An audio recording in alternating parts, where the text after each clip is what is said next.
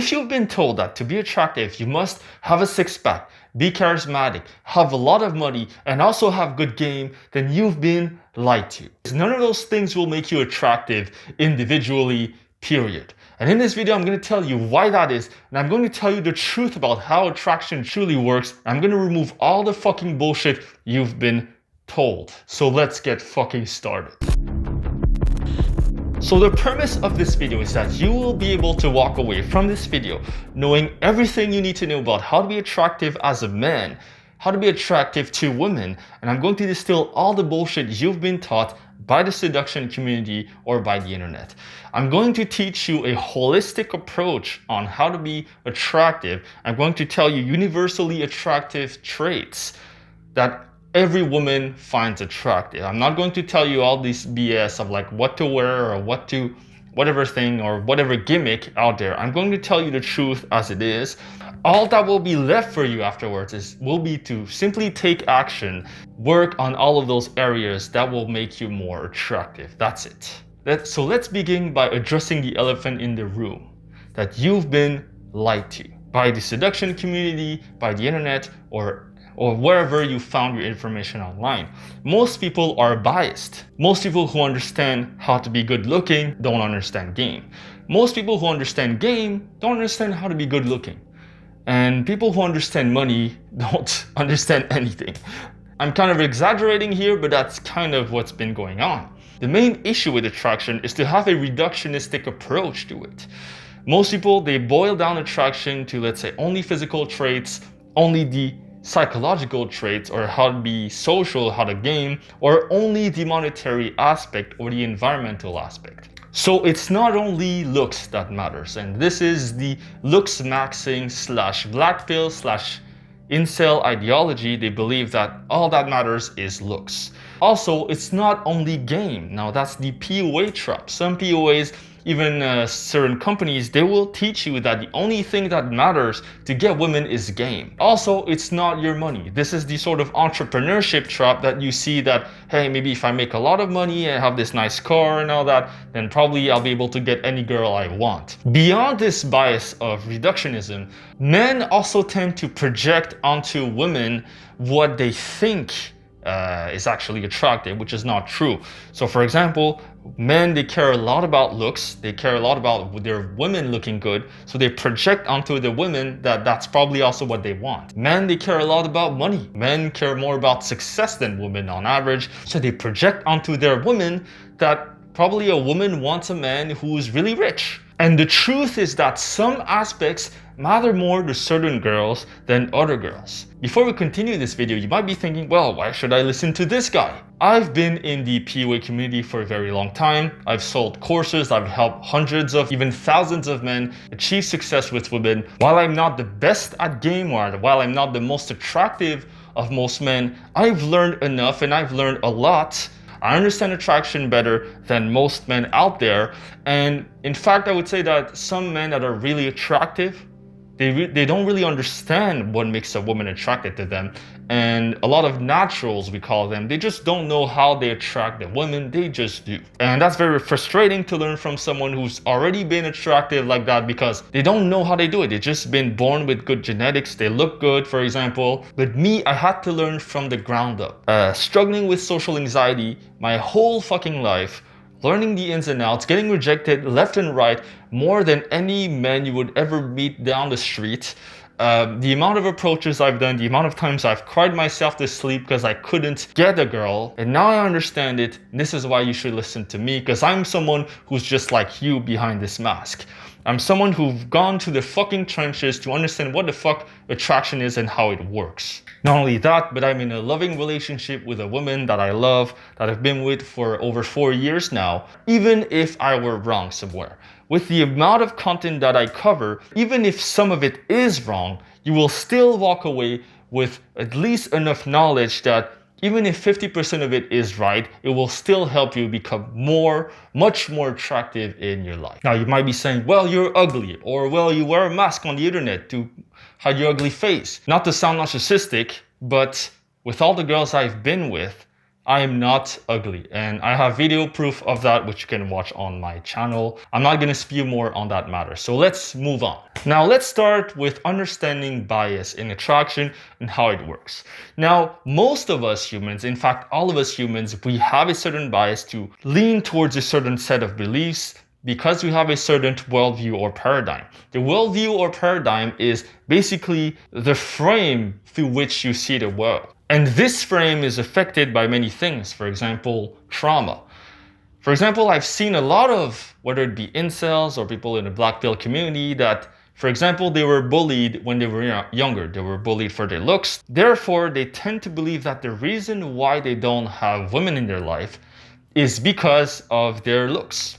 Let's say you're praised for a certain thing. Let's say you're praised for being very intelligent, or women have told you you're intelligent, then you will tend to lean towards this idea that intelligence is what attracts women. The multitude of experiences that every human can have can truly bias someone towards a certain set of beliefs. Because it's your experience, that doesn't make it more universally true. So zoom out from your current trauma, zoom out from your current problems, and I want you to watch this video with a blank slate, okay? Don't think PUA, don't think Blackpill. Zoom out and start with a blank slate. Now, let's get into the three main spheres of attraction. So the three spheres of attraction are the psychological, the physical, and the environmental. All three spheres synergize in some way, and when you level up one sphere, it tends to affect the other two spheres, for example. So let's say if you become more physically attractive, that will impact your psychological sphere, which is your psychology. This will probably also impact your environment in some way. Also, when you improve your environment, you make more money, you become more successful in life, then this will tend to affect your psychology, for example, and so on and so forth. Now, let's talk about the three spheres. What is the psychological in a nutshell? The psychological is your social skills, your game, you could call it. Also your inner game, or what you would call how you feel about yourself, your sense of self-esteem, your boundaries as a man, your attractive personality traits. Those all play into the psychological.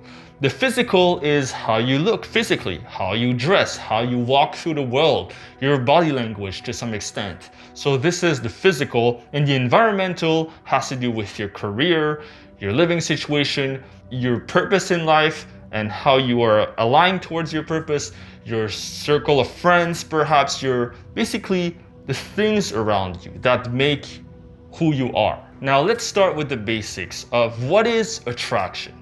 What is it and how is it created? I'm going to start with the PUA theory of how attraction works.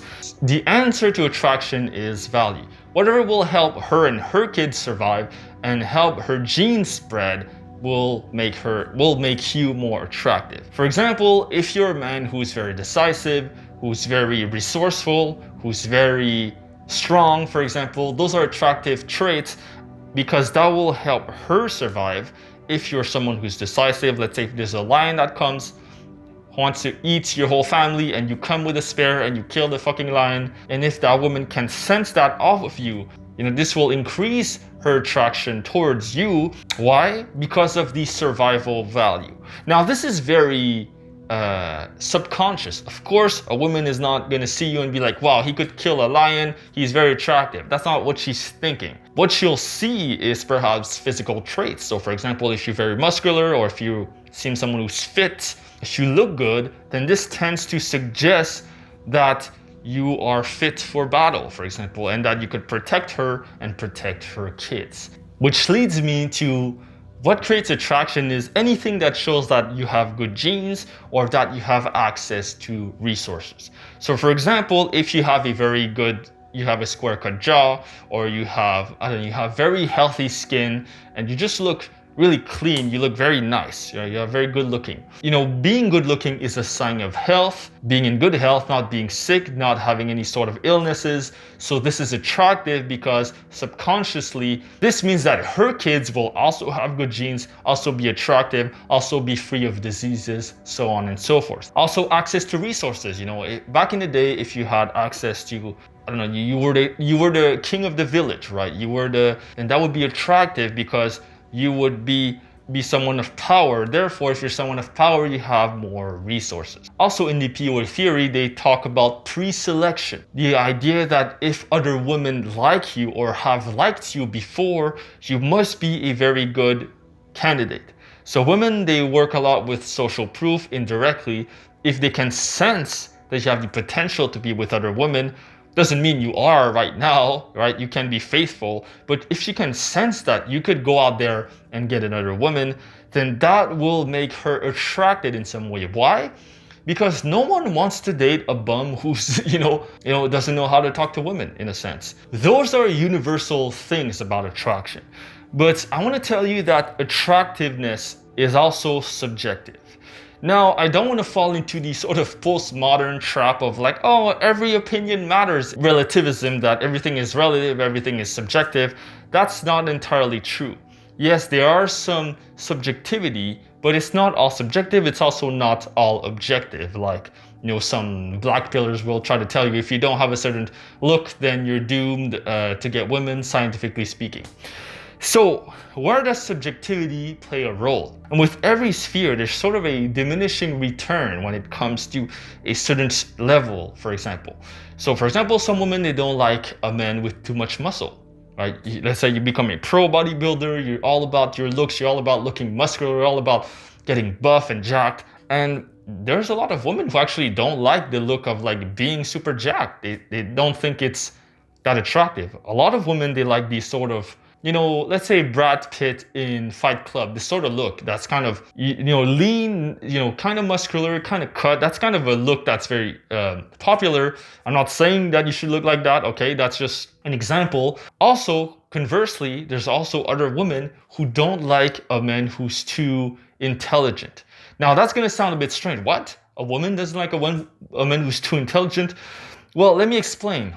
The intelligence factor here is very indirect, very unconscious. What I've noticed going out a lot, going to parties, going to raves, going to festivals, going to nightclubs, is that when you're too intelligent in a conversation, it kind of turns them off in a strange way. It's like there's a disconnect in a sense. And I've noticed the most success I've had with women is when I actually dumb myself down. I dumb myself down, I say stupid shit, I be playful, I try not to be smart, sort of basically you act like you're drunk. And I've seen a lot more success in those environments when I dumb myself down. Imagine a man who just can read her like an open book, knows everything about her, and he's evolved in a way that she's not. And can you see how that could create a disconnect where, let's say, a woman whose low self-esteem has been abused now is with a man who's very healthy, has his shit together, and demands, has high standards as to how he wants to live his life. Now, this woman will feel insecure in that scenario, and I think actually that being too developed, too intelligent for this woman will actually repel the two of the people apart. So why is attractiveness subjective? Well, it's simple. It's because attractiveness depends on the demographic of women that you want to attract. If you act smart, if you are smart, you will attract women who are smart, who are intelligent. If you act dumb, you will attract women who are really dumb and who are not intelligent. If you act like a player, you will attract women who are promiscuous, women who sleep around, women who are just like you. If you act rich, if you are rich, you will attract women who really value money, or in the worst scenarios, you will attract gold diggers. If all you care about is looks, then you will attract women that all they care about is how you look and how they look themselves. You don't attract what you want, you attract who you are. If you are loyal, if you're very loyal and you don't cheat on your partners, then you will attract a woman who will most likely be loyal to you and who will respect you in that way. If you cheat around, if you don't give a shit about your woman, then guess what? You will attract women who will cheat and who will lie to you. Which leads me that not all women value each sphere equally.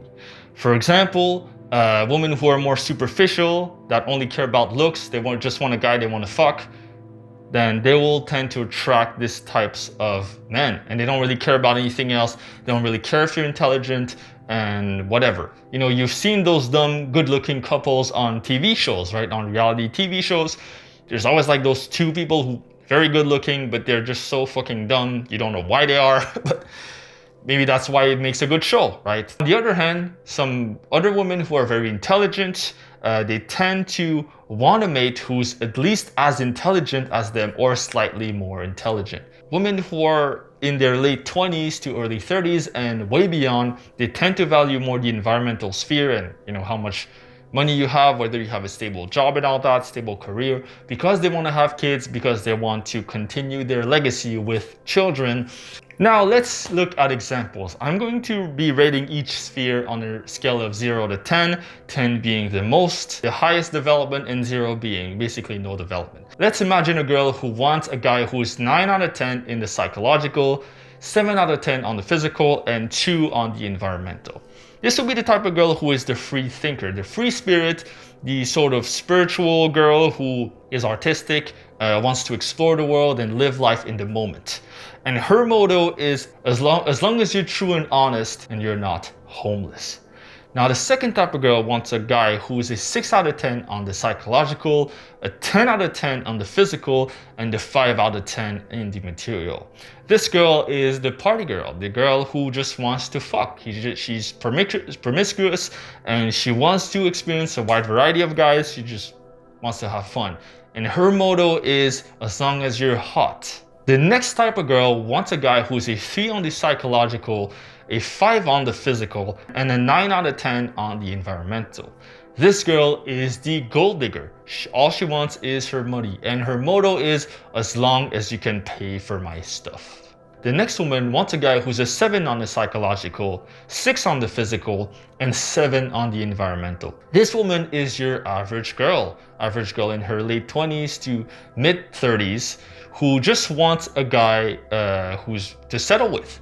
So her motto is, as long as you have a stable income and a good job, and you can be a good husband to my kids. The next girl wants a guy who's 2 on the psychological, 6 on the physical, and 2 on the environmental. Now this is the low self-esteem girl who doesn't believe she can get any better. She's the girl who's been beaten down, maybe she has certain issues with her life, and you know, the girl who will fall for narcissists possibly or manipulators. And her motto is, as long as he loves me, because I can't get any better.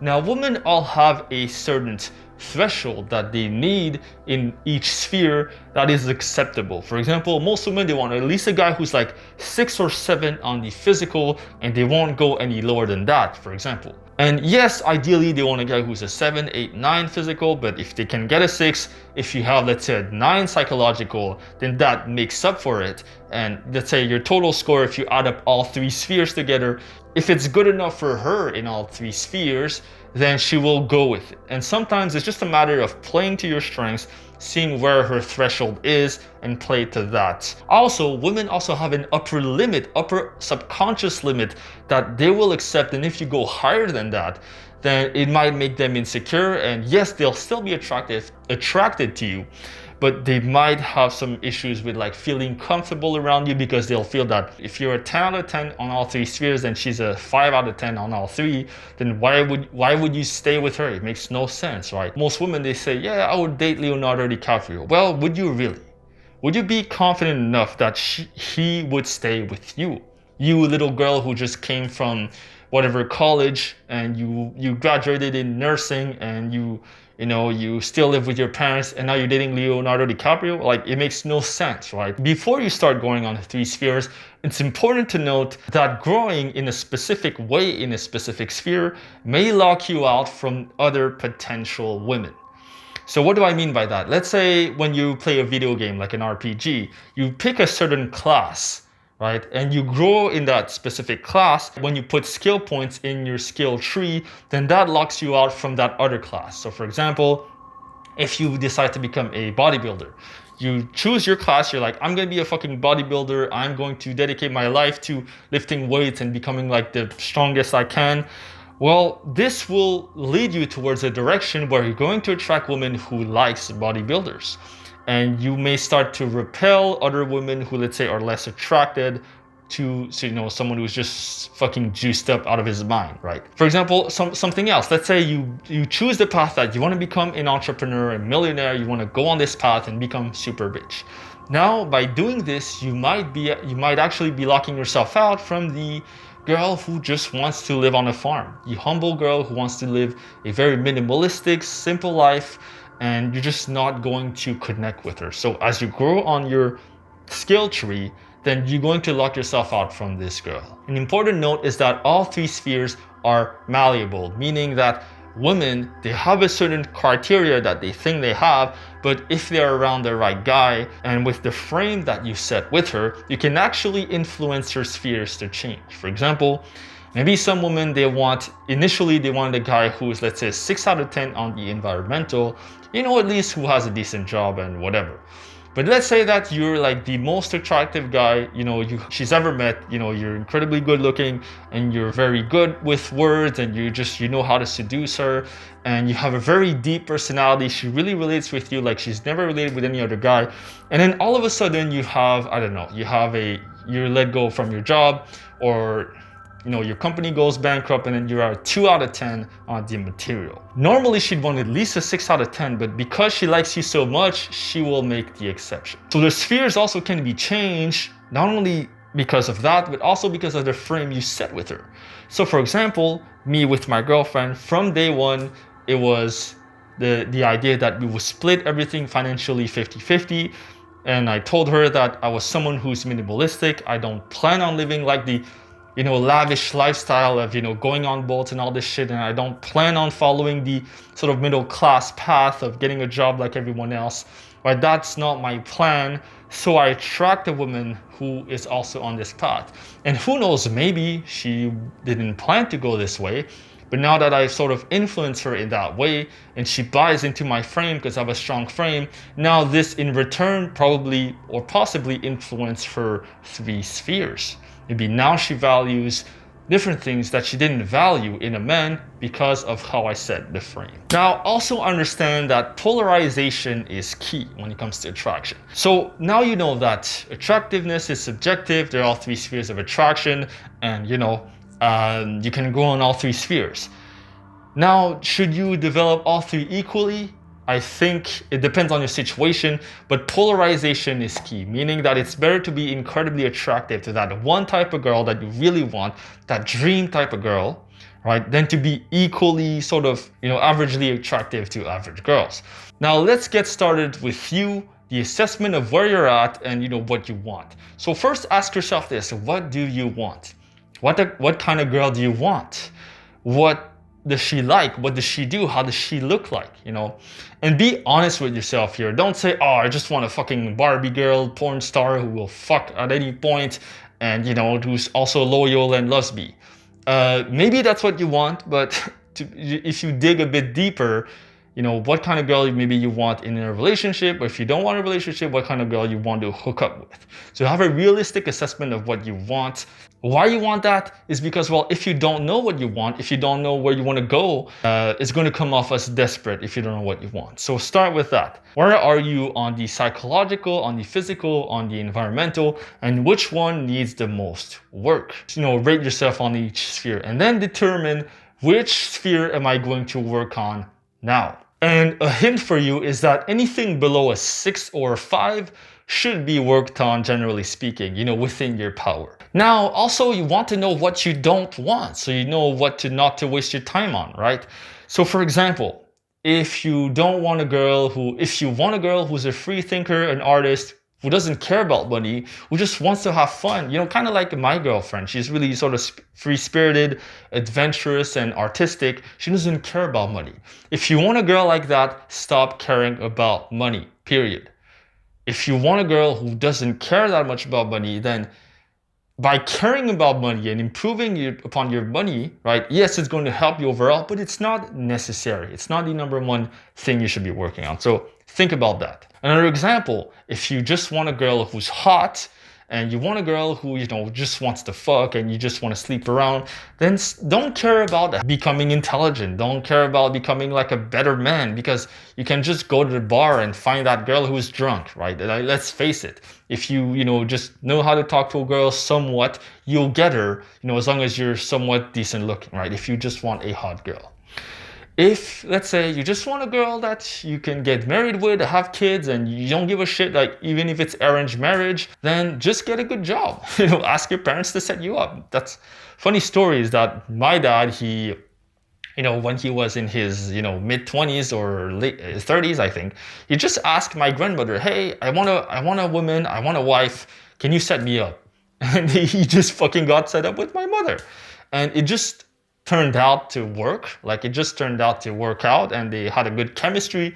But anyway, just so you know that you don't actually need to work on all the 3 spheres and be a 10. You can be a 6 or 5 in some spheres and still get a girl. And for example, on the material, I'm probably like a 4. I'm a fucking YouTuber. YouTubers don't make as much money as you think, especially the people who are sort of like mid-level with their channel. Obviously PewDiePie makes a lot, but if you're, let's say, at my level, you don't make that much fucking money. So I'm kind of like a 4 on the environmental, still got a fucking girl. So you can still succeed despite that. Now let's dive into each sphere individually and get deeper into each sphere so you understand them. Starting with the psychological sphere. Now, what is the psychological sphere? What is this? So what I mean by the psychological sphere is attractive personality traits. Attractive personality traits, self-esteem, your sort of ability to set boundaries, the ability to be confident as a man, your direction and sense of purpose as a man also is your sense of identity, of who you are. Do you have a strong sense of who you are and what you value, and can you convey that to a woman?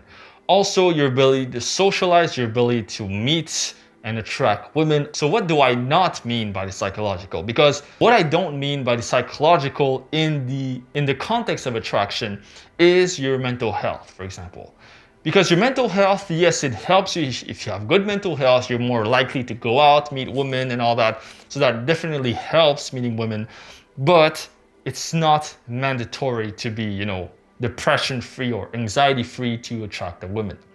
In fact, there's some women who have this strange romantic sort of fantasy of meeting this sort of like dark, brooding Batman type guy who sort of, he's a very attractive man, but he's depressed, and maybe this sort of savior complex that some women have, that they want to find that guy and save him. It really doesn't affect whether you get a girl or not in some way. It will only change the type of girl that you'll attract, but it doesn't make you less attractive, if that makes sense. Being depressed doesn't make you less attractive. So maybe if you are in self-help and you believe that, being enlightened or being the super happy, positive person will attract more women, that's not necessarily true. That's not necessarily true. In fact, if you fake all of it, then that will actually backfire. If you're true to who you are and how you feel, then that's more likely to work in your favor, for example. I have countless stories of me, I'm with a girl and we're sort of getting intimate, for example, and I want to take things to the next level. And at this point, sometimes I tend to be a bit more vulnerable, show sort of my darker side. Maybe sometimes I tell a very sad story to the girl, for example. And that actually brings her in even more, because now she sees another part of me that she didn't see. So in a strong way, depression can actually become, if you know how to express it truthfully, can actually become something attractive, which is very strange. In my opinion, the psychological is the most important sphere. Now, why is that? Why is the psychological more important? Well, it's because women are creatures of emotion above all, right? It doesn't matter if you're super good looking, your looks is sort of the cover of the book. But once she opens the book and the book is shit, then she's not going to read the book, if that makes sense. Also, the psychological is what will sustain for the longest amount, right? Your environmental can change, right? Your physical, you will change over time, right? You'll become older, you'll become less attractive perhaps. So that will change, but your psychological is the thing you have the most control over. Also, why the psychological matters more is because women need trust in order to be with you and to be attracted to you. And the physical doesn't build trust. The environmental doesn't necessarily build trust either. What truly builds trust is being able to understand her, talk to her, and all of those positive traits that make you a man. As Napoleon Bonaparte once said, in war, the moral is to the physical as 3 is to 1. Now let's get into the attractive traits. What makes a man attractive? Trait number 1 is self-confidence. Self-confidence can come in many ways, but it's basically your confidence in your ability to do something. And one subset of self-confidence would be self-assuredness.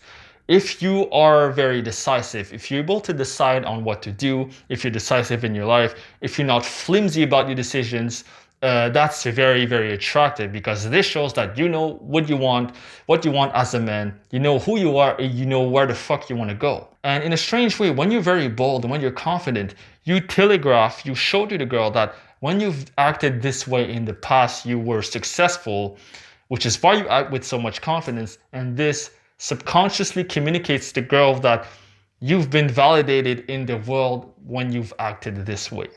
Now, if you act in a way that's very insecure, if you act in a way that you're very shy, you're not sure about what you want, you're not really sure about, making a move, going for the kiss and all that, this is unattractive. And when you do something like that, when you act unsure, then this communicates to the girl that when you've tried to be with a girl before, it didn't work. And this will unconsciously, she'll know that, you're not very attractive. Another way to see it would be self-assertiveness. Self-assertiveness, basically the ability to assert yourself when needed. For example, if a girl does something you don't like, you're able to tell her, or you're able to stand up for yourself. Let's say what a girl, she does the shit test, or she teases you, for example, she does something you don't like. Often, women will test your buttons, not consciously, but unconsciously, just to see where they can, what they can get away with. And they just kind of want to see how you're going to react, right? So for example, I remember my girlfriend, she asked me, hey, would you still love me if I were fat? Okay, it's really funny. And I said, no. I said, if you're fat, no, I would no longer love you. And at the beginning, she was like, no, why are you saying that? And then she told me, like, why would you say something like that? It's so mean. And I told her the truth, like, no, if you were fat, if you were obese, then that would be disgusting. That would mean that you're unhealthy. And my parents had diabetes and all that. And my grandmother, she died of diabetes because she was overweight. I don't want you to be overweight. It's not a matter of just looks. It's also a matter of health. And it's in my values. I want someone who's healthy around me. And she was like, and then she was totally fine with it. I asserted myself and I set a boundary. And I'm sure, let's say if a conversation like that happened, it doesn't have to be with your girlfriend. It could be with any girl. You sort of have this conversation, you assert yourself. This is a proof that you believe in your beliefs, you believe in your capabilities, you believe in your sense of values. And this is very attractive because it shows that you are not shaken by the external world. And a woman wants a man she can rely on. If you are sure in yourself, she can be sure of you. The second thing that women find incredibly attractive is depth of character. Have you ever heard this phrase? Oh, he's so deep. He's so deep. This is one of the compliments I've had once in a while. And it's something that they don't really teach you in, let's say, the seduction community and all that. They all teach you all those tricks on how to get the girl, how to pull and all that. But the depth of character thing is something you cultivate on a sort of long-term basis, and that makes you much more attractive as a person. Now, why is depth of character attractive? Now, what do I mean by depth of character? I mean someone who has a life, has a variety of opinions on certain things, and has depth of emotions. Yes, emotions. Why emotions? Because women are emotional creatures. And if you can convey those emotions to her, then that will make her so much more attractive. In a strange way, you can almost sum it up in vulnerability in a sense. Now be careful, because vulnerability is often misunderstood. It doesn't mean that you cry when the girl rejects you. That's not being vulnerable. That's just being, I guess, being someone who's weak in a sense. But let's say if you cry about something that matters to you, or if you are vulnerable about something that matters to you to the girl, that's not actually unattractive at all. That's actually attractive. I have a story that, you know, I'd be with a girl, you know, we were starting to get intimate, and I sense that she's somewhat like showing some resistance, the girl, or she's sort of like, she's not, you know, she's maybe has her doubts, and I'm guessing it's because that maybe I acted too cool or acted too aloof, and she doesn't know if she can trust me. So then I started sort of opening up to her, and I told her this story of how I'm this guy who, I don't want to break her heart because I've broken other girls' hearts and it's the most heartbreaking thing. And I sort of opened up with this story of how this happened to me. And I think I don't remember if I cried, maybe I shed a tear or two or something like that. And then I told this story, but it didn't make me unattractive. Why? Because I conveyed very strong emotions. I showed a depth to my character, but at the same time, by showing depth, I also showed pre-selection, that other women like me, for example. And I showed a sort of caring for women that probably most men don't have. And it's all shown within this high value scenario as someone who has experience with being with women. So can you see how this vulnerable story actually can help you? And this sort of depth of character that, you know, probably no other PUA will teach you. And it's actually very hard to teach because it depends on you. It depends on who you are as a person and what you want to convey as an individual. But showing that you care in some way, shape, or form actually can do wonders. Depth of character is very important.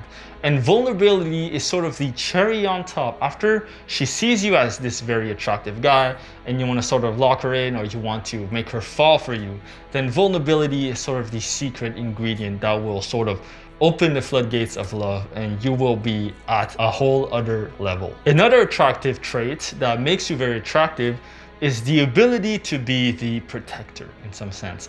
And David Deida calls it the ability to kill. Woman wants a man who can kill, metaphorically speaking, but maybe even literally speaking. Let's say if a burglar comes into the house, she wants to know that you will fucking, whatever you're going to do, you're going to protect her from that burglar or that serial killer or whoever it is, right? She needs to sense from you that you will protect her, that you are the protector. Now, this can be conveyed in so many ways, but if you're someone who's just very confident, all of these sort of qualities of self-confidence that I talked about, then she will sense indirectly that you'll be willing to protect her no matter what. Now, of course, in a scenario, if you're in a club and you just want to get with that girl, she's probably not thinking all of that in her head, but as long as you could convey the abilities of a protector of loved ones, then this is what will be attractive. So self-assertiveness, so everything that I talked about, self-assertiveness, even leadership abilities, will make you more attractive in that way. Another trait that women love is a man who is courageous, who has courage, who is fearless. Yes, of course, everyone is afraid, but in some sense, it doesn't mean that, let's say when I talked to my girlfriend in the metro, when I first met her in the metro, I was afraid, but she doesn't care really about the fear. She cares more that you were courageous to act. Another trait that women find very attractive is leadership, your ability to be a leader and to take decisions. Now, women find this very attractive. Let's say you're on a date and you take her hand, you're like, let's go here, let's go there. Oh, I know the best place in town for croissants. Let's go at this place. Oh, I want to show you my guitar. Let me show you the place. Let me show you my place. This just shows that you can decide for her, you can take the lead for her so she can be comfortable in her feminine essence, let herself go and sort of be in the moment so she doesn't have to make the decision, she doesn't have to be the man. You are the man and you can take the decisions for her. Another thing that's very attractive to women is a good sense of humor. Now, you don't have to be a stand-up comedian and all of this stuff, and there is a way actually to make yourself seem even less attractive by being humorous if, let's say, you're self-deprecating or in a way that, brings your value down and you sort of portray yourself as this stupid person or whatever it is. But humor in general, being humorous, whatever your sense of humor is, it doesn't have to be a very smart, witty humor. It can be very goofy, stupid humor, like my sense of humor. Like I do a lot of racist fart jokes or whatever poop jokes with my girlfriend, she absolutely loves it. And depends on the girl, but you don't have to be super funny. You just have to have your own sense of humor, know what it is, and not be afraid to sort of convey it to the girl. The next trait that's very attractive to women is a man who has very strong personal values. Now, what do I mean by values? All the big one-letter words, for example, freedom, success, courage, health, whatever that is, you have those values in your life. Love, companionship. If you can convey to the girl that you have very strong values about what you want in your life or what you expect in general, then that's very attractive. Another thing that's very attractive to women is a man who doesn't give a shit about what other people think. Now, this is incredibly attractive in a way because it shows that you are strong enough mentally to withstand social pressure, center, you're dead set on your goals or what you do as a man or whatever it is. And because you don't care, it shows that she can be confident that you won't be swayed by the opinions of others. She can, basically attraction is you are the oak tree, you are unswayed by the wind. And she needs to trust that you are this tree that will not move, that knows who he is, that is growing towards his purpose, and this is what she needs to know. If you care about the opinions of others, then this shows that you're unable to stand for yourself in a way. The next trait that women find really attractive is a man who's on his path. A man who will not apologize for what he wants and who will not apologize for, being himself and following his true purpose in life. The next thing that most women find attractive is being intelligent and articulate. Now, be careful here. Having intellectual conversations with a girl will not, make her wet her pants. Well, it might for some, who knows? But if she sees that you're very intelligent, that's very attractive because maybe in the future, you'll be more successful, or maybe, you'll be able to provide more environmentally. But it's also something that women absolutely love. You don't have to show that you're smart, but just like tidbits here and there so that she kind of gets a glimpse of your intelligence is very attractive, on a date. You're not going to spew all those algorithms that you learn in calculus, okay? That's just stupid. But just showing that you have a more complex view of the world, you have your own sense of your own worldview or how you view things, that is very attractive. Now let's talk about game, or your ability to seduce your women. Now, why is game important and why should we talk about it? Well, the reason is because if you don't know how to talk to women, if you don't know how to lead a woman to bed, if you don't know how to go on a date with her and seduce her, then it doesn't matter how good looking you are, it doesn't matter how much money you have. The expert fisherman who never goes to the lake will get less results than the bad fisherman who actually goes to the lake and actually attempts to fish, right? Does that make sense? You can be very good looking, but if you never go out there, if you don't know how to socialize, if you don't know how to meet a woman, then it doesn't really matter, right? If you are about average, but you know how to date a woman, you know how to speak to her, then that's going to play to your advantage. Can you see that? So do not neglect game.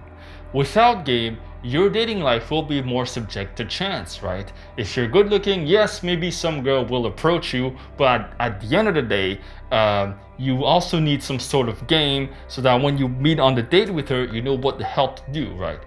I know some guy, who's one of my friends who, used to be getting so many matches on Tinder. But then when came the time for the date, he couldn't pull the trigger, he couldn't make a move, he couldn't escalate things further. He was always stuck despite him having the most dates out of everyone I've ever known. So you don't want this to happen to you because you have no game.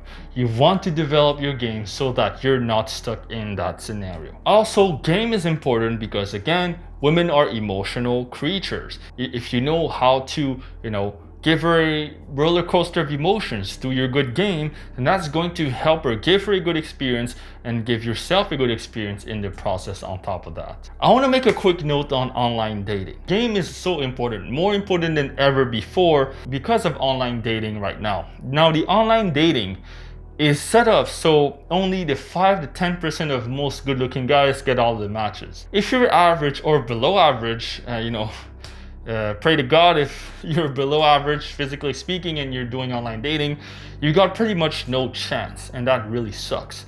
Now, where you'll shine here, if you cannot shine in the physical domain, is through the psychological, social domain.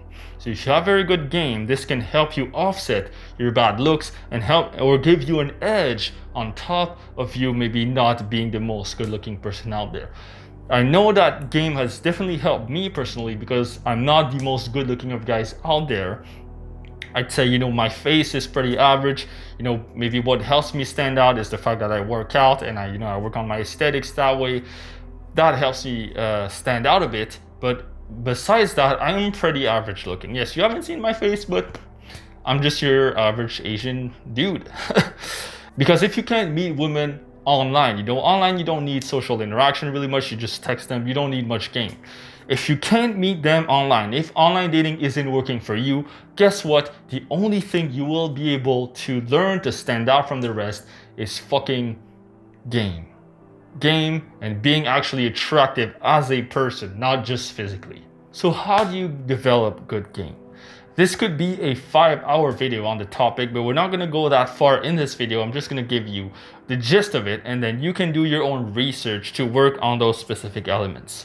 As a side note, I have a course called Dance Floor Game Accelerator, and I have a free training for you if you want to know how to meet and attract women on the dance floor. There's a way to do that. Just click in the link below where it says free PUA training, and you can get started with that. Before we get started with developing good game, the number one mistake I see in the sort of self-help / seduction sphere is that most people, they only do one type of game, right? One type of game meeting, they only do, they either only try to meet girls through their social circle, for example, or they only do cold approach, for example. So for example, the guy number one who, just tries to be social with everyone, only meets girls through, his work, her workplace, or, parties and all that, which is great.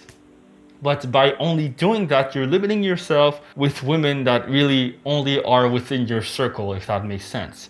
Yes, a lot of people, they meet their fiance at work or whatever that is, but you want to go further than that. And in my opinion, to have a more well-rounded type of game, you also want to do something else. For example, you can go to clubs, for example. I know some people hate clubs, but it's the most high intensity, sort of high volume environment where you can get rejected. It doesn't matter because everyone's just drunk out of their mind.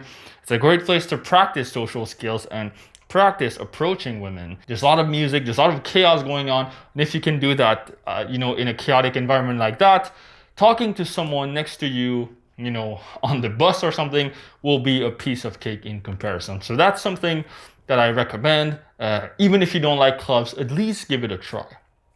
Now, the other extreme that you have are people who only do cold approach. The PUAs who only go out, solo and they approach random girls at the mall or in the club. That's all they do. They don't have any friends. They don't have, they don't have a circle of friends. They just do that. And the problem with that is that you become isolated. You become isolated and you forget how to talk to people on a more human to human level. And that will turn you into the PUA creep that I like to call. Now, maybe we've all been there. If you are a PUA, if you're watching this channel, maybe you're there right now.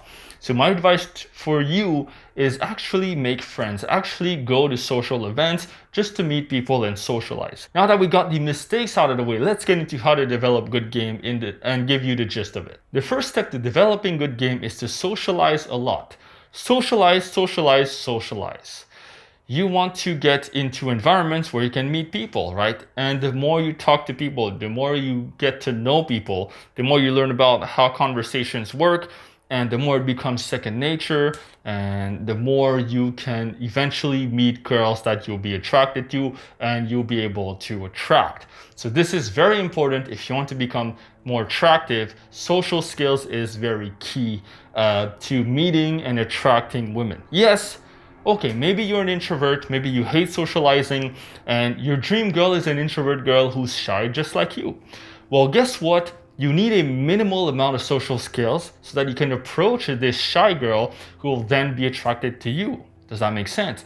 If you don't even have this minimal social skill to approach her, then guess what? That's not going to happen. First tip is to socialize a lot. Second tip is to learn cold approach pickup.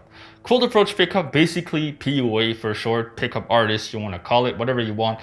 Now, when you learn this, you learn how to approach a woman, that you don't even know, whether it be, on the subway, on your way to work, or just day to day at the grocery store, for example.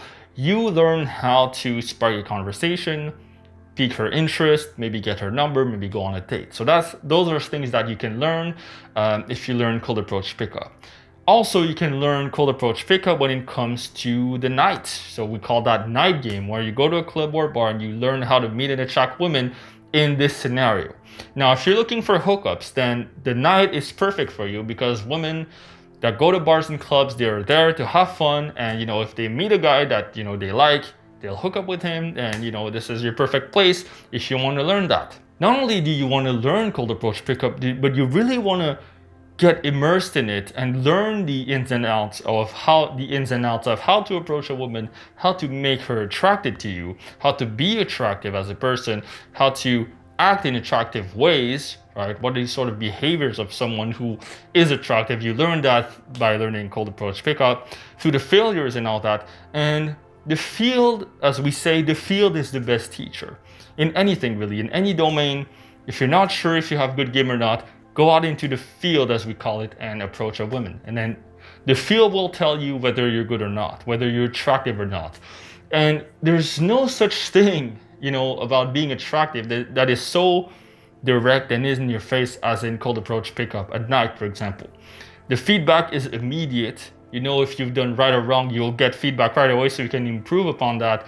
And you can reflect on, okay, I said this thing, she got creeped out, I should probably not say that. So then can go back and we write what we call field reports, where you can break down what you did right or wrong. You can write about it and meet other guys maybe in the community that can help you, which brings me to the next point, which is hang out with guys, hang out with people who are very extroverted, or people who are very good at game, for example. So definitely this is one of the things that helped me the most when I was when I was like 19, 20 years old. I made friends with this guy who just knew everyone. He just knew everyone.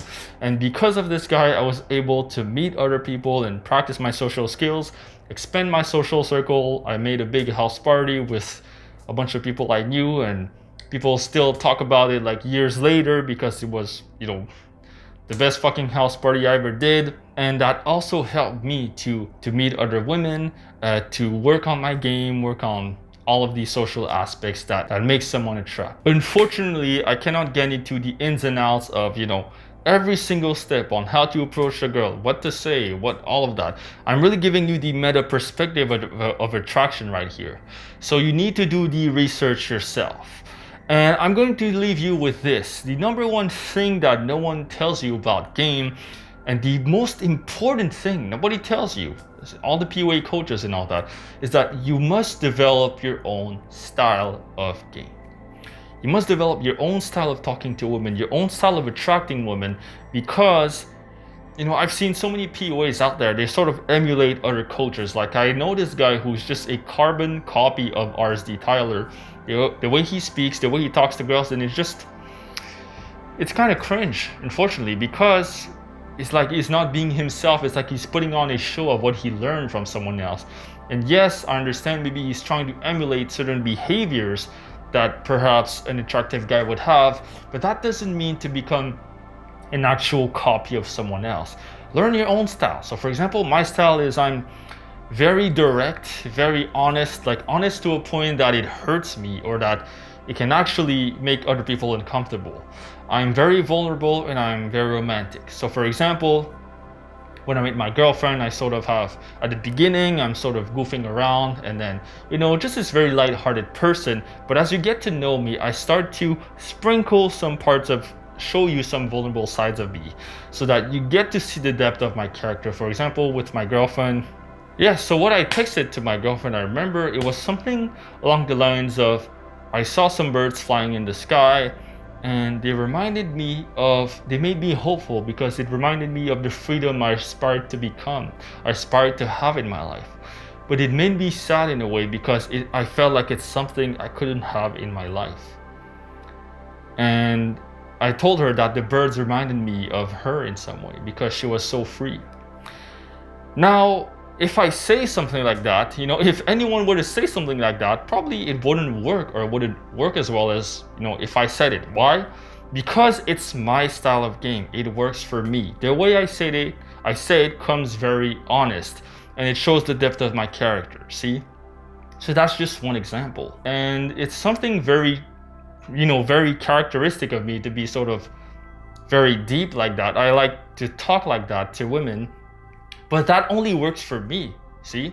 Like, I know one of my old friends who, you know, he's sort of I'm no longer friends with him because he's sort of on the psychopath spectrum and all that, and not to get into the details, but he tried something like that, like tried speaking to a woman more like that in a sort of sensitive way, but it doesn't work for him. It actually didn't work at all for him. Why? Because that's just not his style of game. See, you need to develop your own style of game, your own style of how you talk to women. And this is something that will come with time. At the beginning, yes, you focus on the fundamentals, like how to approach, how to, you know, smile, you know, talk with a good tone of voice, all of that stuff. And then your style will come afterwards. But keep that in mind, that at the end of the day, as you learn pickup, as you learn game, develop your own fucking style of game. Don't become a carbon copy of some other fucking PUA. Be authentic, be fucking who you are. In conclusion, for the psychological sphere, the psychological sphere is all about developing attractive personality traits when it comes to self-confidence, self-esteem, self-assuredness, self-assertiveness. On top of having good game, being able to talk to women, seduce a woman, and overall, you know how to deal with women. Without it, you will not attract women, period. Or you will only attract low quality, low self-esteem women. So you want to develop the psychological sphere. Now, let's talk about the physical sphere, the second sphere of attraction. Now, the physical sphere basically is the physical, you know, it says it in the word. So how you look, how you present yourself, and, you know, your overall style and fashion, for example. And on top of that, I'll add also how you sort of walk through the world and your body language. Now, let me list to you all the important physical aspects that are important in this rough order, okay? Starting in this rough order. Number one, the number one most important thing before you get started on anything or any sort of Looksmaxxing or anything is hygiene. Do you fucking stink ass? Because if you stink like a fucking turd, like you just shat on yourself, then it doesn't matter how attractive you are. As soon as you come next to the girl, she's gonna smell your stench of fucking shit after you've just ate a combo at McDonald's, and she's gonna be repulsed by you. Of course, unless she's drunk, then anything goes. But my guess is, you know, you're not always going to try to meet a girl who's drunk. The second important thing to the physical sphere is grooming. If you look homeless from the neck up, right? If you have a neck beard, if you look like you've never had a haircut before, the first thing a woman will see is your face. No, it's not your fucking biceps. Yeah, well, maybe some girls will notice the biceps first, but most of the time when you speak to a woman, the first thing she'll see is your face. Your face reveals everything. The face is number one. Take care of your face, right? The way you present yourself, you know, how clean you look, you know, it says a lot about you. And when I say that about the physical sphere, is that a lot of things that are attractive about the physical is not actually the physical itself, but what the physical says about you.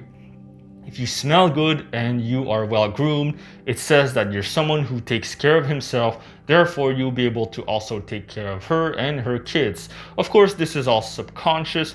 It's not direct. But, you know, a woman wants a guy who knows how to take care of himself and, you know, clean himself. Now, what's important after hygiene and grooming is fashion. Now, fashion is very important because fashion is basically your personality. The best way to express yourself as a person is sort of through your fashion, how you dress. Do you know how you dress? Do you have this sense of fashion? At least you have this sense of style. You don't have to be trendy and, you know, dress like every other fucking, you know, Gen Z out there or whatever. You can dress the way you want to dress, but does it look good? Does it fit good? You know, does it put your body in good proportions and all that, right? For example, if you're fat, you're not going to wear like this skinny t-shirt that just shows your belly. You're going to wear something that, maybe shows your style a bit, but not, sort of emphasize the fact that you're fat, for example. So that's something that maybe to look at, for example. The next thing that's important after your fashion is your posture and body language. Now, this is maybe, has to do with this psychological, but we'll get into that later. The way you walk, the way you present yourself is, says a lot about you. If I slouch like that, I talk to you like this, and like, it shows like, what is she gonna think? She's gonna think like, what a fucking loser. But if I speak, if I can lean back a bit, good posture, stand up straight, and talk to her, look at her in the eye, that says a lot more about me, that I'm someone who's confident, who knows what he wants. And the next thing that's important to your physical experience, to your physical appearance, is bodybuilding. Yes, okay, I'm not talking about, becoming a fucking competitor and taking steroids. Okay, you don't have to do that. Most girls, they like a guy who's fit. At least a guy who's somewhat healthy. And the proof of that is, well, you see it everywhere, right? Girls love guys who are like very, fit, the six pack, girls like that. I think it's a no-brainer. And the thing about the six pack that's interesting is that it's not actually the six pack that's, it's not actually seeing the six pack that turns them on. It's actually them knowing that you have a six pack under the t-shirt, which is very interesting, right? This is sort of what I figured. Tell me if I'm wrong. But for example, I have a story. I went to the nightclub and I was just sort of dancing around and I saw this girl and she saw me and she looked at me. She looked at me up and down like this. And she just lifted my t-shirt and I had a six pack. And then she started blushing and all that. And why did this happen? Well, this happened because she knew I had a six pack, even though she didn't see my six pack, right? I had a t-shirt, she couldn't see through it. But a girl can tell that you have a six pack just by the way your jaw looks, the way your body looks, the way, if you're muscular and all that, she will know that you have a six pack. And this is actually will turn her on, right? So that's something about it. And funny thing also is, since I've put on an extra 10 pounds of muscle in the last, I don't know how many, maybe 2-3 years, I don't know how long. Since I've put on 10 pounds more muscle, I got catcalled for the first time a few months ago by girls. It has never happened to me before, but it's the first time it's happened since I've really started bodybuilding seriously and, getting some muscle. So that's something interesting to think about. Me, a guy who was really skinny, I'll try to put some pictures here and there if I can, maybe in the thumbnail, of how I looked before and how I look now. It's like night and day. So yeah, it's definitely something that you should do. And the last thing that, will pertain to the physical appearance is anything that has to do with Looksmaxxing. Now, Looksmaxxing is a community online of guys who, really focus on improving their physical appearance, whether it has to do with their jawline or, the structure of their face, things that you think would be very hard to change. Those guys actually look into ways as to how to change them. Unfortunately, some guys go to some extremes, like want to do plastic surgery and all that, which you can do, but I wouldn't recommend it. Of course, this is up to you. But this is really sort of the last step that you want to look at after you've done everything I've talked to you about in this video. The things I told you about are very accessible, so you should do these first before you start looking into, I don't know what the community talks about, like mewing, stuff like that, which I'm not very familiar with, so you might want to look into that last. Now that you know everything that's important about the physical sphere, let me give you my protocol. What should you do to master all of these aspects of the physical sphere? Starting with hygiene.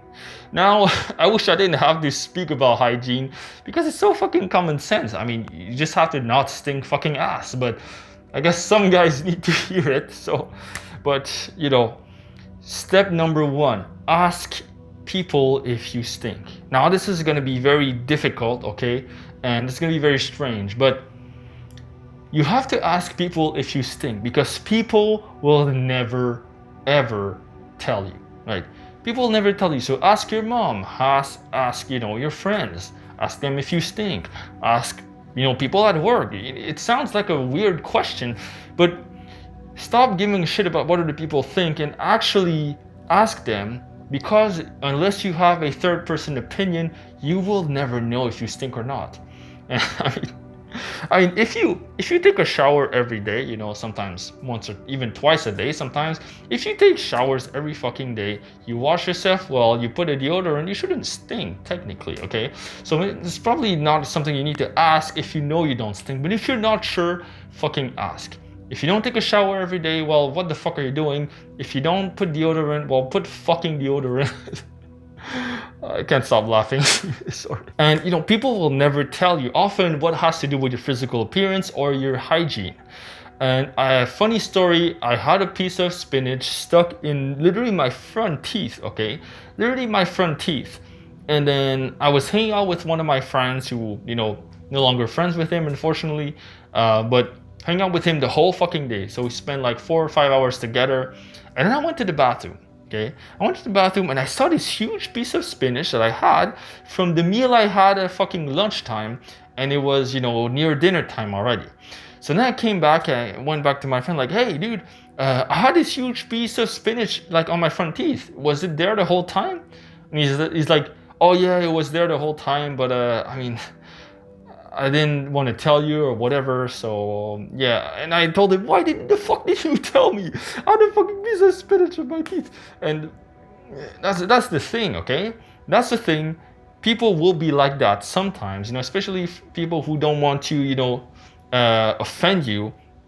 And you know, for example, your actual breath, right? If your breath stinks, most people are never going to tell you. They will not tell you that your breath stinks. So you need to ask people, does my breath stink? Because some people, they actually have an issue where no matter how much they brush their teeth, their breath will kind of stink always. So that's, you need to be asking this fucking type of shit, right?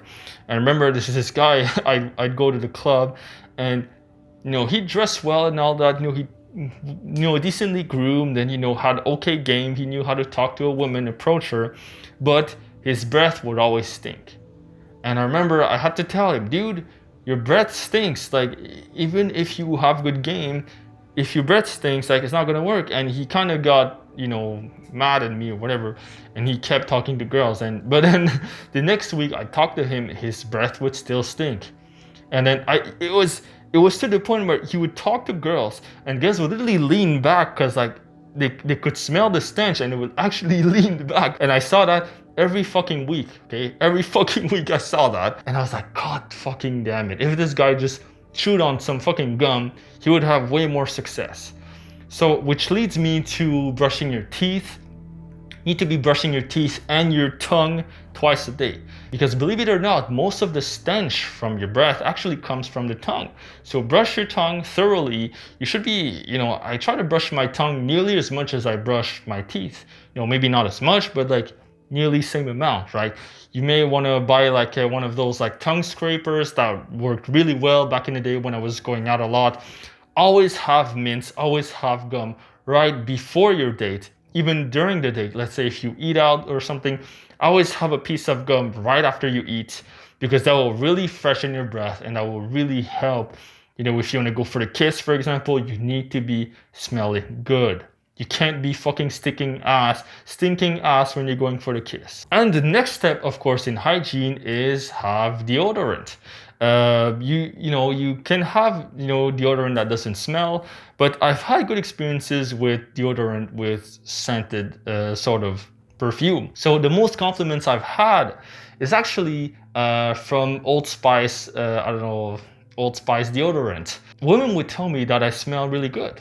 And it was a funny thing because I've had this compliment multiple times with Old Spice, but with other deodorants I haven't as much. I've tried perfume, you know, that you spray on yourself, and I've had no reactions from it. So that's a funny thing. Maybe it's just my fur hormones, my scent works well with the deodorant, you know, try out for yourself. But having a pleasant scent will make you stand out from the other guys, so, you know, think about that. Now, number 2, which is grooming. What's my protocol for grooming? Well, first of all, no neck beards, okay? Okay, yes, if you shaved, you know, 1 or 2 days ago, you have a bit of a, how do they call it, a shadow. They have a name for that where it like, it's just a tiny bit of beard, like I think I have it right now. That's fine, okay? But you don't want like fucking neck beard like sticking out, because It just doesn't look appealing. It doesn't look like you're clean. Just no fucking neck beards. Next thing, try to get a haircut at least every 3 weeks or so. You can go every 2 weeks if you're, perfectionistic, but it's not really necessary. I'd say at least every 3 weeks, because after 3 weeks, you start to feel like your hair is sort of like getting too long. You can kind of see it. You can kind of see it. So after 3 weeks, 4 weeks max, I would say you should get a haircut. Now, let's talk about posture and body language. Now, why is posture important? Well, I've been told by people that I look taller because I've improved my posture. The way you stand, the way you sort of stand up, it's a sign of health. It makes you look taller. It also makes you look more confident. If I slouch like this, you can already see like I'm literally 2 inches smaller. And I knew a guy in my high school, he'd walk like this the whole fucking time. He'd always walk like this, always walk like this. And I tell him, dude, your posture is fucking shit. Like, fix your posture. And he said, no, man, it hurts my back. I can't stand up. That's just how my back is. Well, motherfucker, you stand like that all day. That's why your posture is so bad, right? See, if I just stand like that, I'll literally gain like 2 to 3 inches, right? Even just like if you have a nerd neck like that, like your neck is like that, right? If you just fix that through neck exercises, then you'll have a much better posture. Your neck is very important as well. Now, there's a lot of exercises for back and neck I can't get into here, so you might want to look these up. But what really helped with my posture personally was doing a lot of pull-ups, like with good form, right? When you pull your shoulders back like this, it really helped with my shoulders, with my back, and now my chest pops out more naturally. Also doing a lot of bench press with good form has helped as well. So bodybuilding has really helped my posture overall, but there's exercises you can do on the side on top of that. So you may want to look these up on YouTube. Now let's talk about body language. Now body language tends to autocorrect itself if you have good psychology, right? If you have high self-esteem, you're very confident, then naturally you're gonna walk through the world with sort of a sense of confidence and sort of walking, with a good pace, sort of swinging your arms around like in a confident way, not like being all stiff and all like that. So you don't need to overly focus on it. Although, if you do think of certain elements of body language, this will in turn help your psychology and vice versa. So if you stand tall, if you know how to walk through the world in a confident way, this will naturally make you feel more confident even though you don't have confidence in yourself or you don't have it handled the way you want to. So here is how to get good body language.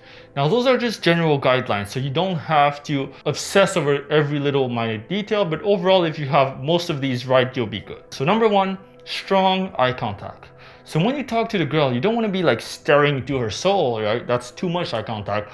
But you want to be able to strongly hold her gaze in a way that shows that you're confident.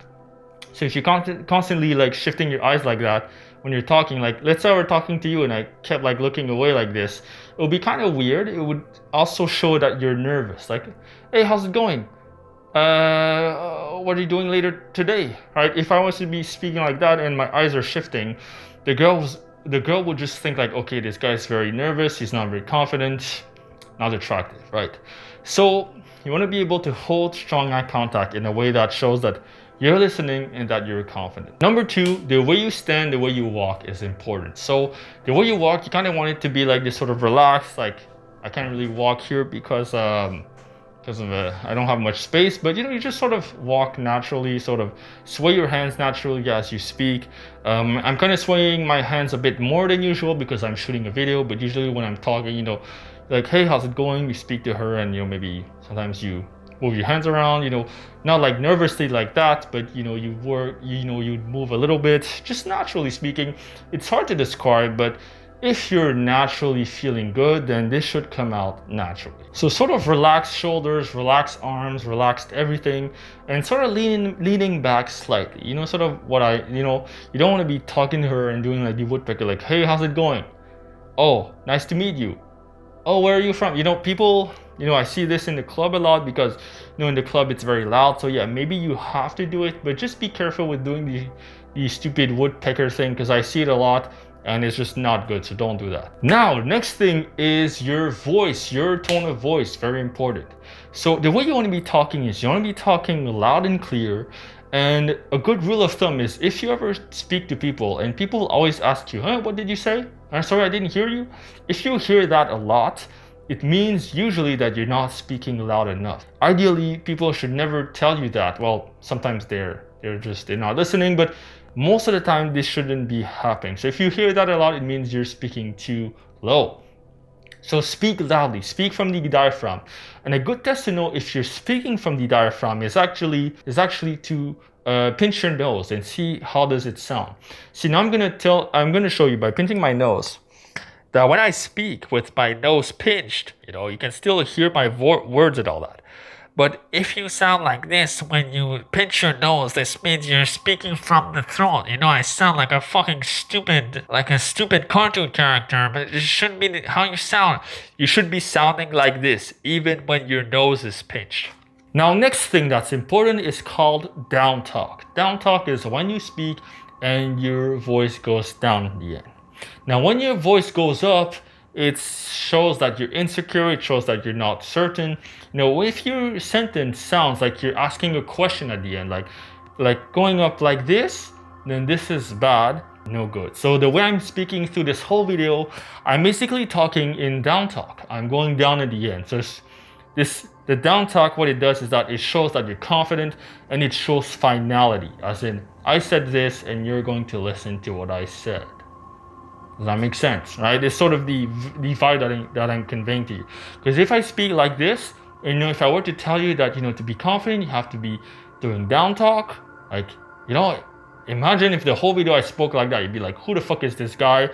He doesn't even know what the fuck he's talking about. You're gonna click off, right? Same with the girl. The last thing about body language that's very important is pay attention to whether you have any sort of nervous tics or any sort of, nervous behaviors that you might have. So, if you always move your hand, or if you always scratch your head when you speak to a girl and you always scratch at the same spot, just pay attention to those nervous tics and try to eliminate them, right? Now, it's hard to know what tics you have unless you film yourself, but maybe you can ask someone or just the best way is to film yourself. You can do what is called in-field footage. If you're in the PUA community, that will really help. So those are just pointers that could help you out. Okay, now let's talk about fashion. Fashion is really fun because fashion is how you express yourself, and it really shows if you're attractive or not, just the way that you dress, if you know how to dress well. And I'm not going to talk about trends here, because if I talk to you about trends or what is trendy, you will only know what looks good right now. You're not going to know what looks good 10 years from now if you watch this video 10 years from now. I'm going to tell you universally attractive traits in fashion, things that are universally attractive that even 10 or 20 years from now probably is not going to go out of trends, right? So for example, wearing t-shirts that fit very well and that show your muscles well, I don't think that's going to go out of trend. I don't think that's going to go out of fashion anytime soon. Probably 20 years from now, you could still wear a t-shirt that fits well and that's still going to work, right? So number one, you want clothes that are fitting, right? That fit you well. Ideally for the t-shirts or the long sleeve, you want the shirt to end the shoulder line really at the edge of the shoulder, like that. If the line is here, it's too small. If the line ends up really low, like near the tricep, then it's way too big. I see a lot of kids wearing super baggy t-shirts. They think it's cool, but it kind of makes them look goofy because the t-shirt's too big and it doesn't really show their body in a good light. So try to buy something that fits. Now for the pants, you also want something that fits, not too long, not too short, sort of just where the pants just drops to your ankle very nicely, or just tapers around your ankle, depending on what you want. Usually I see that most men tend to buy jeans that are slightly too big or slightly too baggy, so that's not good. So what I've seen to look the best, at least right now in 2023, is jeans or pants that are slightly slim tapered, but not skinny jeans like back in the 2000s, when emo kids like would wear jeans that were basically leggings. That's maybe it'll be in fashion. I don't know. If you watch this 10 years from now, everyone's wearing that. I don't fucking know, but you know, jeans that are fitting. Like I've rarely seen someone rock the baggy jeans and actually make it look good.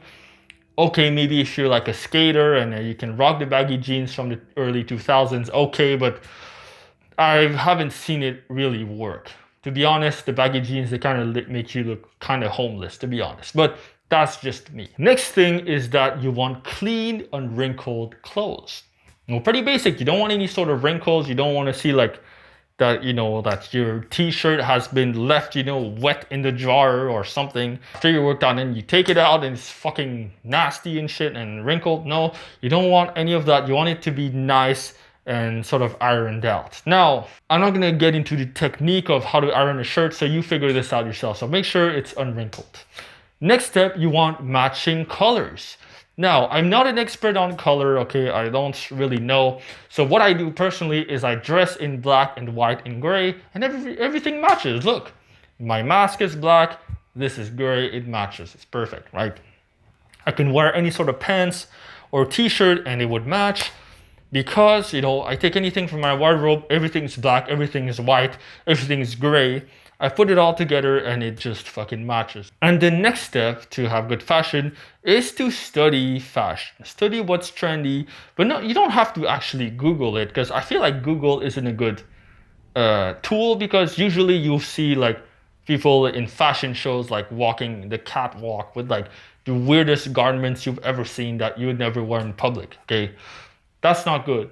You've actually, all you need to do is actually walk down the street, or whenever you go outside and walk down the street in a public street, and just pay attention to everyone and how they're dressed. So if you walk downtown, pay attention to guys that are attractive, that are good looking. You know, if you go out at night, that's maybe a good idea, because at night people try to look their best. So maybe that's something you can pay attention to. Look at how other guys dress. Look at guys who are hanging out with hot girls, who have a hot girlfriend. How do they dress? Right? And really pay attention how their clothing matches with maybe their hairstyle, or, you know, their style overall, what kind of body they have, you know, are they muscular, are they skinny? If they're skinny, what do they wear that makes them look better when they're skinny? Are they tall, are they small? And how do those clothes fit in the big picture? So you need to be asking yourself these questions and have a critical mind about fashion, because if you don't, then, you know, you're probably just gonna try and buy like something that looks good by like some expensive brand. It's not gonna fit you. It's gonna look just weird. Okay, so you want to be able to develop your own sense of fashion, and the only way to do that is to study it. And ideally, when you become more advanced and you know a little bit about fashion, you want to develop your own sense of fashion. For example, me, I figured sort of my fashion sense that is sort of mysterious, a bit dark. And it's sort of a sense of fashion it doesn't stand out from far away, but when you look closely, there's going to be one or two aspects that are going to stand out. So for example, my shirt will be a bit asymmetrical, or I'll be wearing a specific hoodie. For example, I have this hoodie that's very sort of large, like Assassin's Creed, right? And it looks kind of cool, I find, to me at least. So I have those different things that maybe stand out. On top of that, maybe you want to add some jewelry, if you want to experiment with that, something that looks very cool. So for example, me, I used to have a thumb ring that I no longer have now because I lost it. But I always had comments about my ring, especially women. Women would tell me, oh, you have this cool ring, what is it? And I'd explain them what it is. It's a special ring that tracks your sleep, whatever. Which brings me to the next point, is that ideally the best fashion for attractiveness is, if you're not sure how to dress, is dress trendy plus one off. So what do I mean by that is that you dress well, in a sense that you dress however a nice person would dress, however a good looking person would dress. You have one or two things that make you stand out from the rest. For example, me, I had the thumb ring that made me stand out. That was something that made me have comments. Maybe you have a cool scarf, maybe you have a cool, I don't know what you have, a cool watch. A watch is very nice. So accessories like that make you stand out. Maybe it's the shirt itself. Maybe it's the pants themselves. Maybe the pants are different. Maybe the pants have a different shape. I remember I had those sort of jogger pants before that I bought at Zara, a store in Canada here, and they were made of leather. They were joggers, so they looked like comfortable, but at the same time they were leather. So they really stood out, but at the same time they were black, so black they didn't actually stand out. But when you came close to them, you saw the pants, they were fucking awesome. I got compliments about the pants, like when I went out and they're like, oh, those are cool pants, where'd you get those leather pants, whatever. And that was awesome. So find things that stand out, that sort of match your style, match who you are as a person. So the emphasis here is on one-off, right? You don't want to be completely off that you look like a clown. Like, for example, the sort of PUAs that, talk about peacocking, from 20 years ago. Don't do that shit. Don't dress like a clown just to stand out. Now, exceptions to dressing trendy. If you want to attract girls from a different demographic, for example, emo girls, goth girls, skater girls, or hippie girls, whatever that is that are outside the mainstream, actually dressing trendy will actually turn them off. They will actually not connect with you in a way. So this is when exceptions apply. Or any sort of girl outside this demographic. Personally, I don't follow trends, but I just know what looks good by simply studying what people are wearing, what other guys are wearing, and incorporating the things that I find are cool into my own style. So that's what I did. If you want more advice on style and all that, you can watch Alpha M or Real Men Real Style. Those are the two channels I followed a little bit when I was, working on my style and fashion. So those channels I found to be very helpful. Now, the next thing to work on the physical sphere is bodybuilding, being fit. Now, maybe I understand, maybe you don't want to lift weights, maybe you don't want to go to the gym, maybe you just want to do a sport. Then that's fair enough. You'll still be fit if you do another sport. My guess is if you're watching this video, you truly want to be more attractive. It truly matters to you. Bodybuilding is the most direct route to building a physique that looks good, because bodybuilding is all about the art of muscle building. There's no rules to bodybuilding. If you want big muscles, you want big traps, you get big traps. You don't want to work out legs, you don't fucking work out legs. If you want to get big biceps, you get big biceps, so on and so forth. So that's what's nice about bodybuilding, is that it becomes an art and you can sculpt your body the way you want to. This is the most direct way to affect the physical sphere of how you look, is bodybuilding. Because guess what? You can't really change your face. That sucks. So the thing you have the most control over is actually the muscle you have on your frame. How you look, maybe you lose some fat if you're fat. So you don't have to be super jacked, you don't have to become Arnold Schwarzenegger, but at least go to the gym or exercise once to twice a week. Even newbie gains, okay? Even if you've never worked out before, even simply newbie gains will make you look at least twice as better as how you look without going to the gym. I can guarantee you that. Just getting a bit of muscle, looking a bit more fit, looking a bit better, that will also improve not only how you look, but that will also improve your self-confidence. So there's literally no excuse why you don't want, if you don't want to exercise, there's literally no excuse not to exercise. And on top of that, it's good for your health, and being healthy, having more energy, having more libido on top of that. When you exercise, that helps your libido.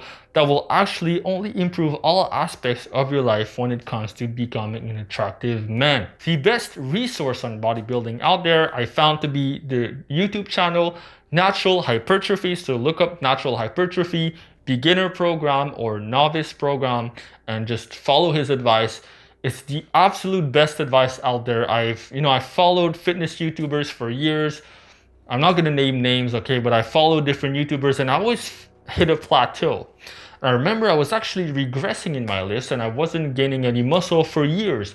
And as soon as I listed the Natural Hypertrophy and applied his techniques, all of a sudden I gained 10 pounds of muscle. So you can definitely have a big transformation like that if you want to. Another tip that I have for you is to grow your neck. The neck is one of the muscle parts that are really the least thought of, really, but it really brings out your face. And if you have a strong neck, it makes you look more masculine, makes you look more strong, makes you look more attractive. Now, me, I haven't worked out my neck much recently, so I'm not a good example of that, but I remember I just did a few set of curls with my neck, with 20 pounds on my neck and whatever.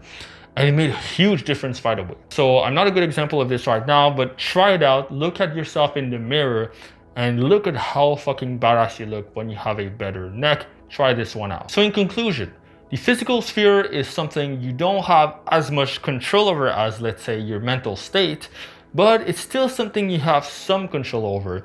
And what's important is to focus on the things that you have the most control over, which is, the muscle on your frame, how you dress, how you groom yourself, and your hygiene, for example. Those are all important. And do not neglect these, because without these fundamentals, you'll be shooting yourself in the foot. And you can apply these right now, and literally in a few days, you'll be, you can go from a 3 out of 10 to a 6 out of 10 in basically a few days if you simply apply these techniques. Now, let's talk about the third sphere, which is the environmental sphere. Now, what is the environmental sphere? What is it? Well, it's anything that has to do with your environment. So, for example, your success in life, the amount of money you have, your finances, your career, your living situation, where you live. Do you live in a nice house, or do you live in a shitty apartment, for example? If you bring a girl back home and she sees you live in this shitty place with roommates and cockroaches, that's definitely going to be a turnoff, for example. Okay, maybe if the girl's fucking 18 years old and you're 18, it's your first apartment, maybe there are exceptions there. But in general, generally speaking, the environmental factor does play a role. Now, a word of caution here. The environmental sphere is important, yes, but it's not everything. The number one mistake I see most guys make is focus too much on making money and believing that making the most money possible is the thing that's going to give them the most girls. Now, to be straight up with you, if you only focus on the money, the type of girl you attract are probably women that will only care about the money or will put money as a high priority. Now, there are certain types of girls, very, very attractive girls for that matter, that don't care as much about the money as you care about it. For example, girls between the age 18 to 23 to 24, for example, those girls, they really don't give a shit about money. Most of those girls don't care unless they're gold diggers or unless they want to get married at age 20, 21, which is not really the case nowadays anyway. Those girls, they don't give a fuck about money. Why? Because they understand, when you're fucking 22 years old, of course you're not gonna be a fucking millionaire. Of course you're gonna still be in university maybe, or maybe you're gonna get this entry job somewhere at a company. That's it. You don't make much money, and she understands that. This idea that you need to get a lot of money to get girls is just not fucking true. Yes, okay, after 25, after 26, 27, yes, girls now at this stage of their lives, maybe they're going through a quarter life crisis, they want to get settled, they want to get a family, they want to start a family and get a husband, get married, and so on and so forth. Because they have the pressure from their parents, from the society to get married, and even their biological urges now are pushing them towards getting kids, maybe. Yes, at this instance, money will matter, but it will matter in a way that will make her feel comfortable around you, and she'll see you as a provider. Here's the key. If you frame your relationship, if you frame your interaction with the girl, the date with the girl, as having nothing to do with money, then money will have no impact on your relationship or your attractiveness. I don't mean unable to pay rent and all this shit. Of course, that will impact the relationship, okay? That's talking really down the road, but in terms of attractiveness, okay, money will have no impact if you don't frame money as something important. For example, me, when I go on dates, usually I tend to do, the first few dates are very cheap. We go for coffee, or for example, we go for tea with my girlfriend. That's what we did. We went for coffee, we went for tea, and then we went to the park on date number 2 or date number 3. Maybe we went to some restaurant that was average price, nothing super fancy. So the relationship was never about money. On top of that, I framed it in a way that whenever we'd go on dates and all that, or whenever we'd buy certain things, we'd always split 50-50. And that was set from the very beginning of our relationship. So now it's just set in stone that, whenever there's a purchase, whenever we buy something for the apartment, it's always 50-50. So money literally has no impact on the attractiveness she has towards me. And I asked her, hey, do you think that if I made more money, I'd be more attractive? Or do you think that money matters in attractiveness? And my girlfriend, when I asked her that question, and that was a month ago because I was scripting this video, she looked at me with a blank stare. She's like, money? Why? What does that do? It's Money is literally a number in your bank account. It's like a number, okay? It's a number in your bank account. It doesn't change who you are. It doesn't change who you are as a person. So money really truly matters from what I've seen for women above the age of 26, 27 who are looking to settle down, and women who are serious, who wants to start a family and all that, no matter your age. You could be 21, and that would also be important. Now, for girls who just want to hook up, actually having a lot of money, being very successful can actually backfire in some way. Why? Because they'll try to settle down with you. They'll postpone sleeping with you so that you become their boyfriend, and because you have a lot of money, you make a good husband. So now they don't want to sleep with you because they don't see you as a hookup guy. They see you as the relationship guy. So if you're looking for hookups, then just keep that in mind. If you're really rich, and don't flaunt your money too much, because that might actually put you into the sort of provider category where now she wants to settle you down instead of sleeping with you. Now, I want to make a very important distinction here, a very important note here. Often, it's not the money that makes you attractive, but it's what the money says about you that is attractive. Because, to become very successful, to have a lot of money, if you have a lot of money, you had to work hard for that money. So probably have a very good job.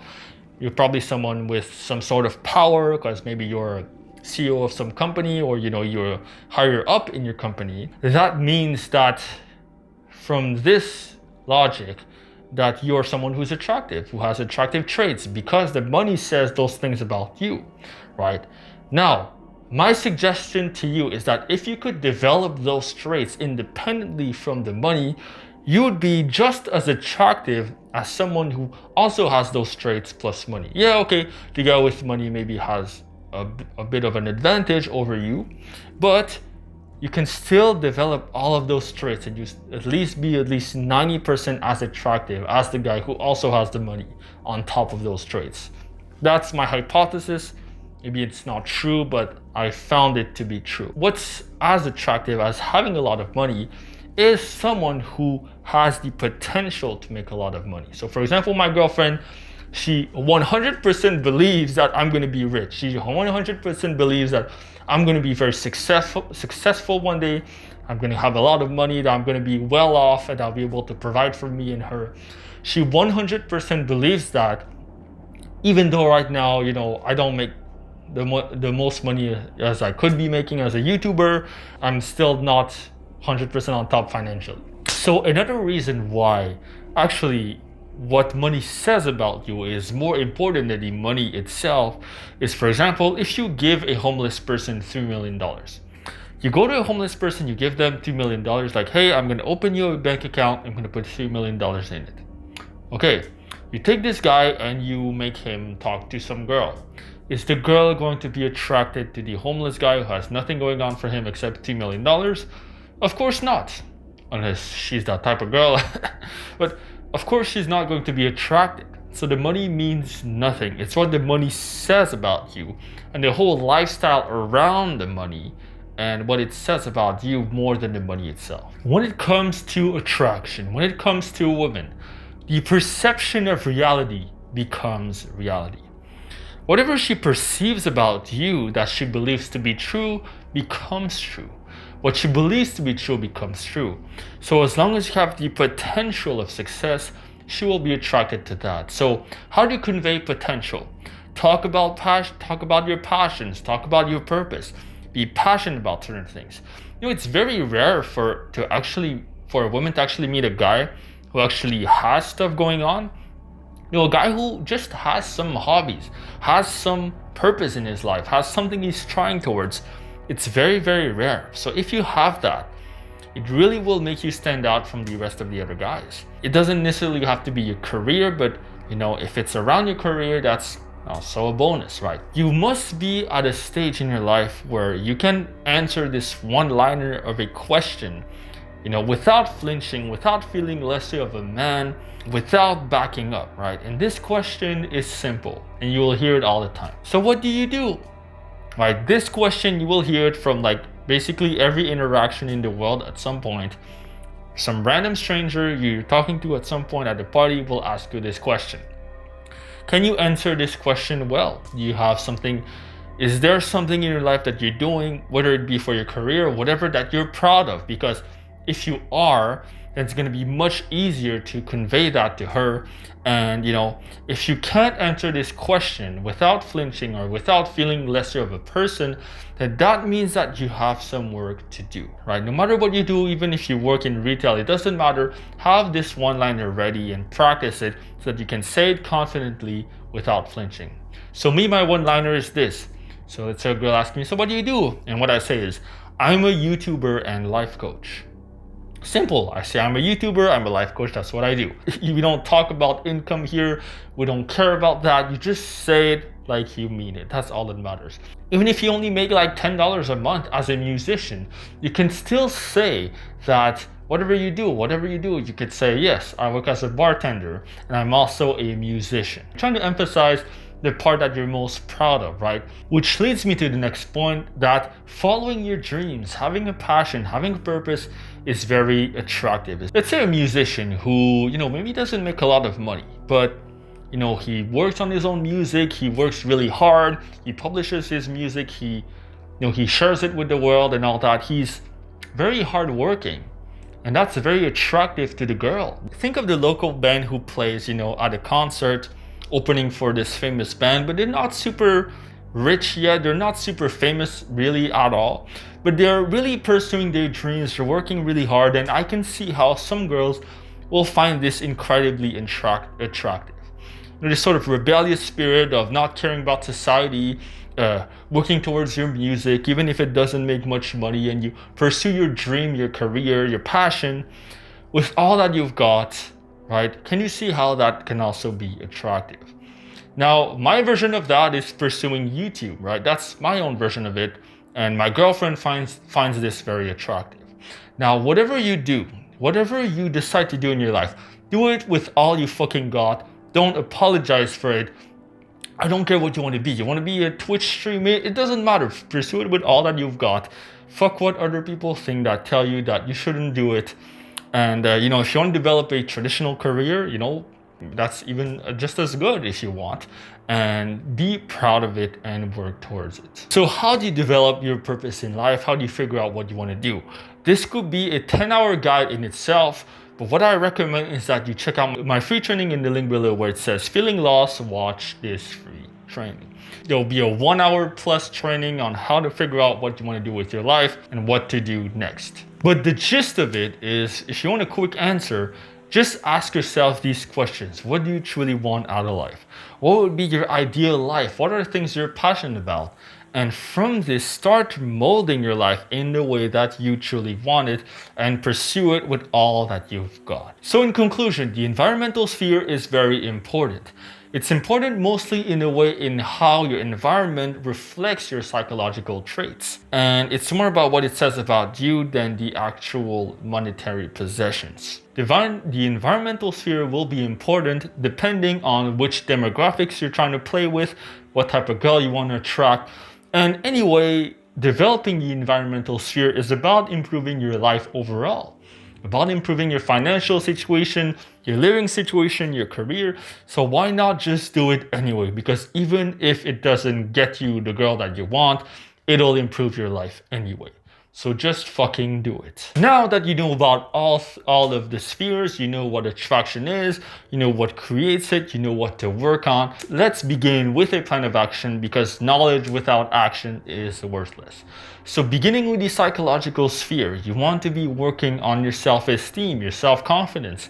The best way to do that is to go out there, socialize a lot, socialize with women, socialize with other men even, and anyone that you meet, so that you develop your social skills in a way that you can interact with anyone at any time with confidence. Things like meditation, for example, helps you keep a clearer mind, remove anxiety a little bit, and will help you a lot when it comes to meeting and attracting women, for example. So learn how to become better with talking with women on top of that. Now for the physical sphere, You know, pay attention to your hygiene, all the steps that I told you. Make sure you go back, rewind the video, do all the steps necessary in order to improve your physical appearance. On top of that, you also possibly want to buy a gym membership and go shopping with a woman that can maybe give you some tips on how to dress, or some guy who just has his fashion together. For the environmental sphere, you want to pursue your purpose, you want to pursue your career, and you want to make sure that you're so proud of your life, you're at a point in your life where you can answer the question, what do you do? In a confident way, in a self-assured way. It actually boosts your value when you say what you do with your life instead of bringing you down. In conclusion, you should be working on all three spheres simultaneously. It's something you should be able to do every single day. You work a little bit on your psychology, you improve your mindset, you work on your physical, you work out every other day or so. So that's something you can do regularly. And you work on the environmental, which is your purpose, your career. Basically, self-improvement as a whole, you should be doing it every single day. So there's no reason why not to work on all of the three spheres simultaneously. Even if I'm wrong, even if only one sphere matters, even if only money matters, even if only looks matters, even if I'm wrong about the two other spheres out of three, if you take action and you work on all three, you'll at least be 33% right. If you're an incel and you don't believe that all three spheres matter, if you believe it's only looks, even if you work on all three, you will be covered. You'll have your ass covered, so there's no reason why not to work on all three. My guess is you want to learn more about attraction. You want to learn more about meeting women if you're watching this video. So I encourage you to click on the link below where it says free PUA training. So if you want to learn how to meet and attract women on a dance floor, this is for you. Feeling lost in your life right now, you're in your 20s or even in your 30s and you don't know what to do next, click on the link that says feeling lost, watch this free training. It will send you to a training page with a nearly 1 hour plus video on how to get out of a rut in your 20s and beyond. So I'll see you there.